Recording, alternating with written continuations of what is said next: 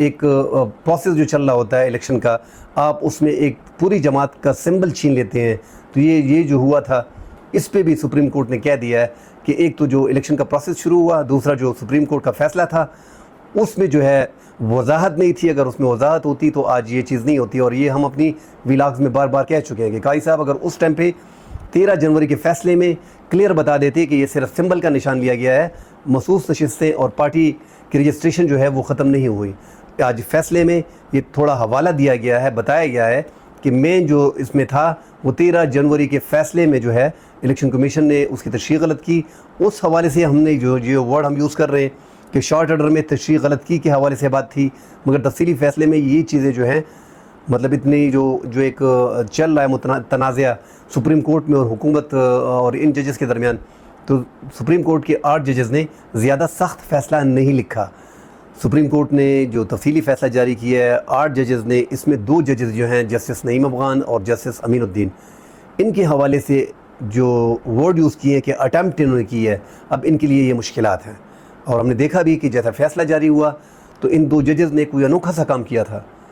مطلب اپنے ہی ججز جو 8 ججز نے شارٹ فیصلہ دیا تھا ان کے خلاف انہوں نے نوٹ جاری کیا، اور وہ نوٹ ایسے لگ رہا تھا جیسے کوئی وفاقی وزیر اس ٹائم پہ حکومت کا جاری کر رہا ہے. اس میں کلیئر کٹ یہی تھا کہ سپریم کورٹ کا جو فیصلہ ہے وہ غیر آئینی ہے،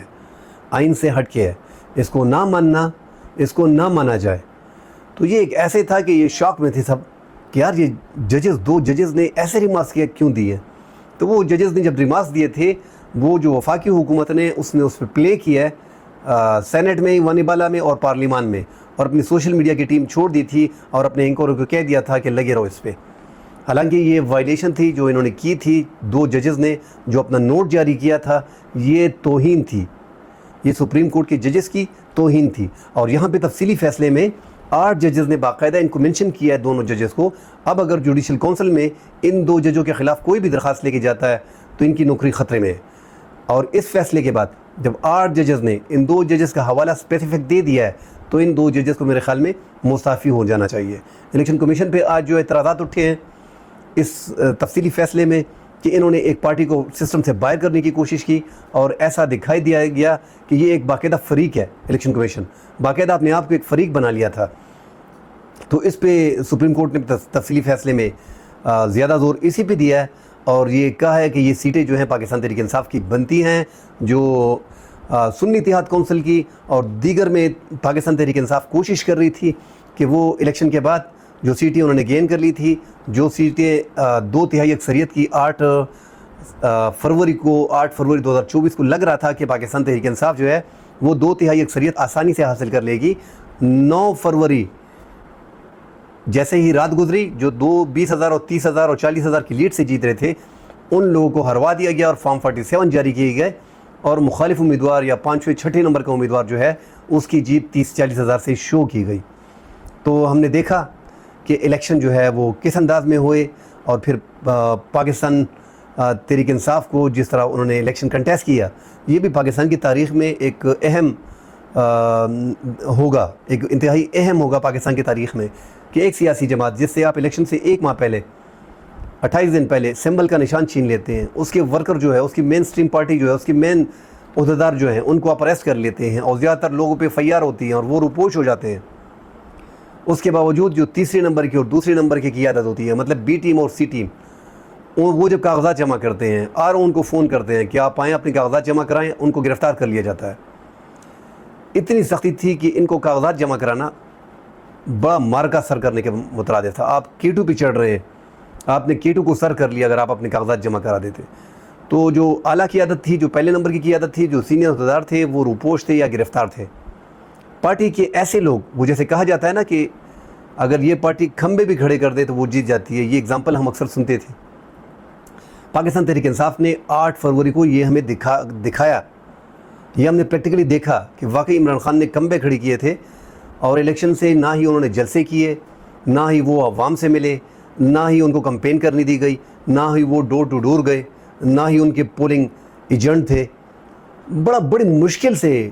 نہ ہی انہوں نے کوئی انویسٹمنٹ کی، کوئی سٹیکر پوسٹر وغیرہ چھاپے، کیونکہ ان پہ سختیاں تھیں، ان کو جلسہ نہیں کرنے دیا جا رہا تھا. جو اعلیٰ قیادت تھی وہ تو گرفتار تھی یا روپوش تھی.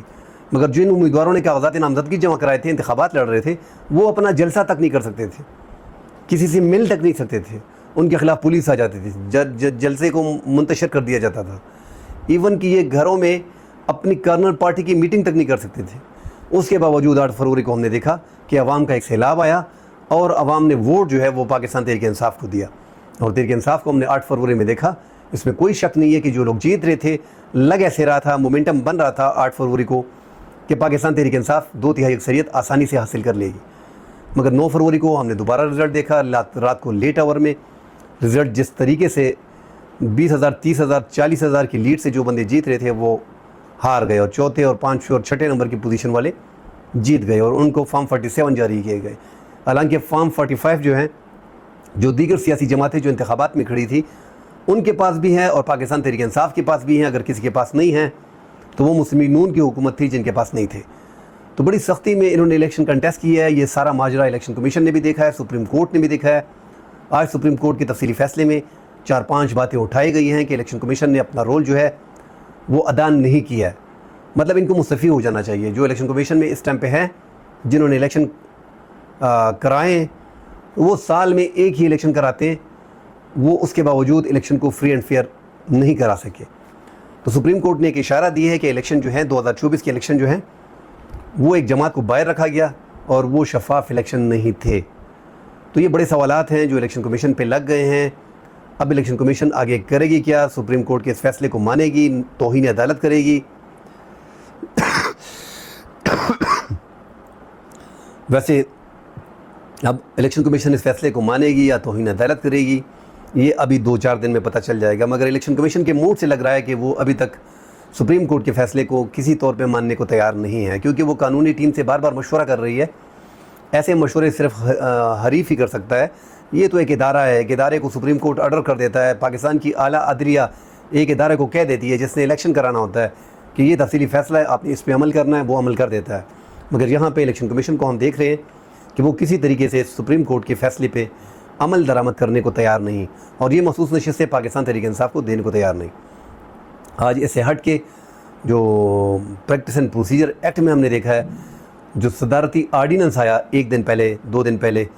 صدر آصف علی زرداری نے آرڈیننس جاری کیا پریکٹس اینڈ پروسیجر ایکٹ کے حوالے سے،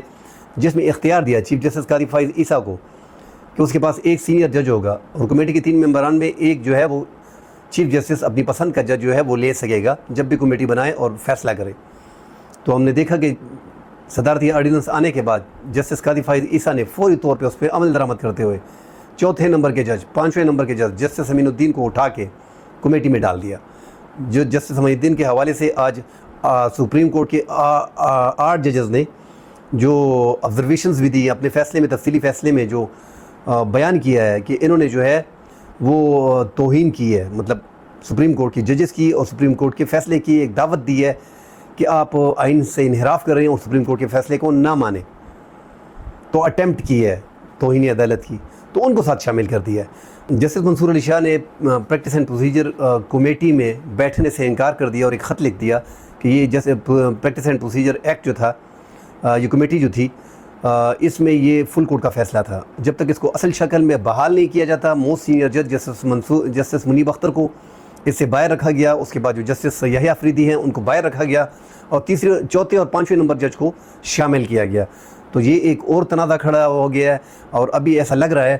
کہ یہ جو سپریم کورٹ میں جو ججز کے آپسی اختلافات ہیں بہت زیادہ شدت اختیار، اس میں شدت آ گئی ہے۔ ہم دیکھ رہے ہیں کہ چیف جسٹس قاضی فائز عیسیٰ کا جانے میں 29 دن رہ گئے ہیں، مطلب وہ آلموسٹ 1 مہینہ ان کا ہے، انہوں نے جانا ہے۔ ایسے ٹائم پہ چیف جسٹس جو ہوتا ہے وہ مختلف کورٹس کا دورہ کرتا ہے، مختلف صوبوں میں جاتا ہے، مختلف صوبوں کی ہائی کورٹس میں جاتا ہے، اور وہاں پہ ان تقاریر کرتے ہیں، ان کو کھانے دیے جاتے ہیں، ان کی دعوتیں ہوتی ہیں۔ یہاں پہ جو چیف جسٹس قاضی فائز عیسیٰ ہیں وہ پاور لینے کی کوشش کر رہے ہیں۔ اب ایسے لگ رہا ہے کہ ان کو حکومت نے میرے خیال میں بتا دیا ہے، جس طرح یہ حکومتی حلقے بتا رہے ہیں کہ ہم نے آئینی ترامیم ہر طریقے سے کرنی ہے، اور چیف جسٹس قاضی فائز عیسیٰ کی مدت ملازمت ہر طریقے سے بڑھا کے رکھنی ہے۔ اب یہاں پہ ہم دیکھ رہے ہیں کہ چیف جسٹس قاضی فائز عیسیٰ حکومت کے لیے سرتوڑ کوشش کر رہے ہیں۔ پریکٹس اینڈ پروسیجر ایکٹ میں جو صدارتی آرڈیننس کے ذریعے جو تبدیلی چیف جسٹس قاضی فائز عیسیٰ لے کے آئے ہیں، اس میں ہم نے دیکھا ہے کہ 63A، جس میں چیف جسٹس قاضی فائز عیسیٰ نے خود ہی سجیسٹ کیا تھا کہ جسٹس منصور علی شاہ صاحب 63A کیس میں خود ہی ریویو لیں گے، وہ سربراہی کریں گے۔ آج جسٹس منصور علی شاہ نے کمیٹی میں بیٹھنے سے انکار کر دیا۔ اس کے بعد جسٹس قاضی فائز عیسیٰ نے اور جسٹس امین الدین نے 5 رکنی بینچ بنایا جو 63A نظر ثانی کیس کو دیکھے گی۔ اب اس کیس پہ حکومت کا پورا ڈیپینڈ ہے، جیسا کہ ہم جانتے ہیں کہ 63A کیا ہے، اس میں کلیئر ہے اگر قومی اسمبلی کا کوئی بندہ یا سینٹ کا بندہ پارٹی سے ہٹ کے ووٹ کرتا ہے کسی کو تو وہ نہ اہل تصور ہوگا اور اس کا ووٹ کاؤنٹ نہیں ہوگا۔ اب حکومت کا ماننا ہے کہ اس کو ہم اصل شکل میں لے کے آ رہے ہیں تاکہ فلور کراسنگ ہو اور PTI کے ممبران جو ہیں وہ ہمیں ووٹ کر سکیں۔ اس ٹائم پہ حکومت کے 213 اراکین ہیں۔ مولانا فضل الرحمان صاحب نے اپنے 8 قومی اسمبلی کے ممبران کو اور 5 سینٹ کے ممبران کو تاکید کی ہے کہ وہ کسی بھی حکومتی آئینی ترامیم کا حصہ نہ بنے۔ اس کے بعد حکومتی کیمپ میں حکومت کی تعداد جو ہے وہ 213 ہے۔ 224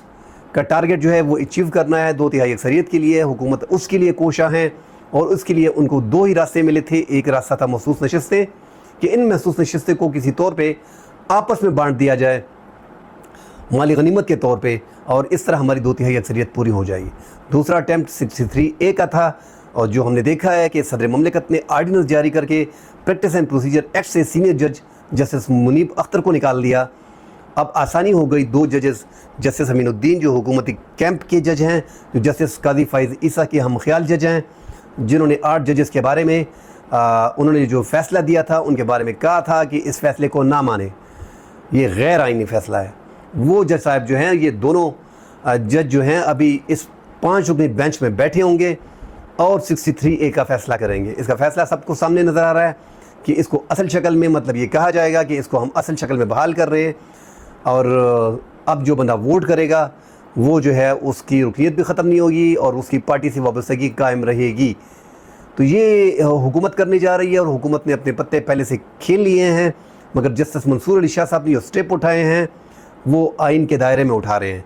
اور یہاں پہ جسٹس قاضی فائز عیسیٰ جو ہے وہ اپنی ججز کی ٹانگیں جو ہیں وہ کاٹ رہے ہیں اور سپریم کورٹ کو کمزور کر رہے ہیں، سپریم کورٹ کی طاقت کو کمزور کر رہے ہیں، صرف اپنی مدت ملازمت میں توسیع کے لیے۔ اور حکومت نے جو الیکشن میں دھاندلی کر کے آئے ہیں، مطلب جو ٹریبیونلز میں کیسز پڑے ہیں، 185 قومی اسمبلی اور صوبائی اسمبلیوں کے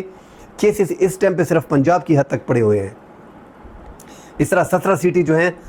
قومی اسمبلی کی وہ جو ہے کراچی کی ہیں، جس پہ تحریک انصاف مختلف ٹریبیونلز میں گئی ہے اور عدالتوں میں گئی ہے۔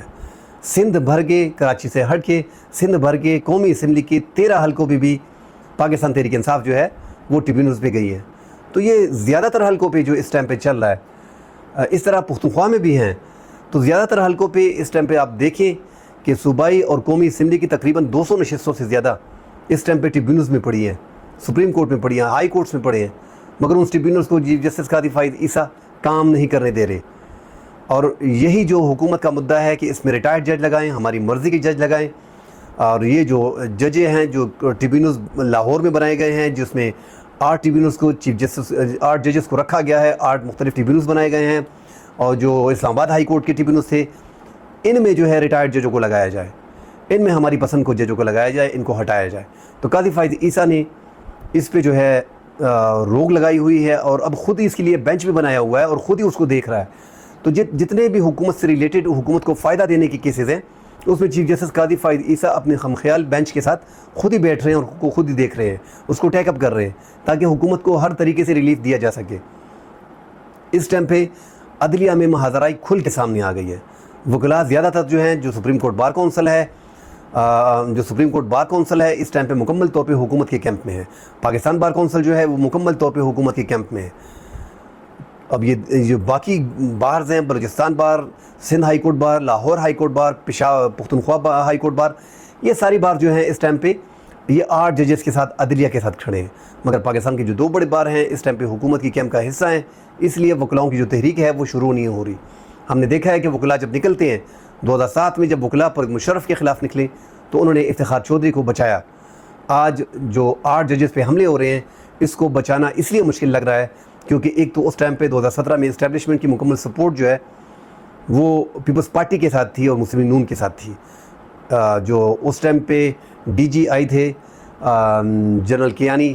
وہ جو تھے وہ پیپلز پارٹی کے ساتھ ٹچ تھے، یہ دکھائی دے رہا تھا، کیونکہ پرویز مشرف کا آخری دور تھا، آخری ٹائم تھا اس کی جانے میں، بار بار ایکسٹینشن لینے میں، اس کے آخری دور تھا، اس میں ان کی طاقت جو ہے وہ مکمل طور پہ ختم ہو گئی تھی، اور ان کی طاقت آخری سٹیجز پہ تھی، تو اس لیے افتخار چودھری ہے ان کو جانا پڑا۔ اس ٹائم پہ جو ہے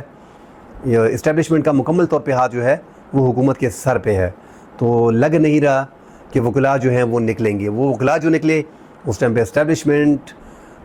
تمام طرح اپوزیشن، وکلاء برادری، سول سوسائٹی مکمل طور پہ ایک سائڈ پہ تھی، اس لیے افتخار چودھری جو ہیں ان کو بحال کیا گیا تھا۔ یہاں پہ اب عدلیہ پہ حملے ہو رہے ہیں، وفاقی آئینی عدالت کے قیام کی باتیں ہو رہی ہیں، پریکٹس اینڈ پروسیجر ایکٹ میں صدارتی آرڈیننس کے ذریعے قومی اسمبلی موجود ہے، سینٹ موجود ہے، مگر حکومت کے پاس 2/3 اکثریت ہے نہیں، اس لیے پریکٹس اینڈ پروسیجر ایکٹ جو ہے وہ صدارتی آرڈیننس کے ذریعے اس میں تبدیلی کی گئی اور اپنے من پسند جج کو بٹھایا گیا۔ 3 رکنی کمیٹی میں اپنی من پسند کے جج رکھنے کے لیے حکومت نے واضح اشارے دیے، اور چیف جسٹس قاضی فائز عیسیٰ نے اس پہ فوری طور پہ عمل کیا۔ آج جسٹس منصور علی شاہ صاحب نے بھی اعتراض اٹھایا، اور وہ پریکٹس اینڈ پروسیجر کمیٹی میں بیٹھے بھی نہیں، اور انہوں نے کہہ دیا کہ اس کو اصل حالت میں بنا دیا جائے، تب میں اس میں شمولیت کرے گا۔ ان میں سینئر ججوں کو ہٹا کے 4 اور 5ویں نمبر کے جج کو اٹھا کے بٹھایا گیا ہے۔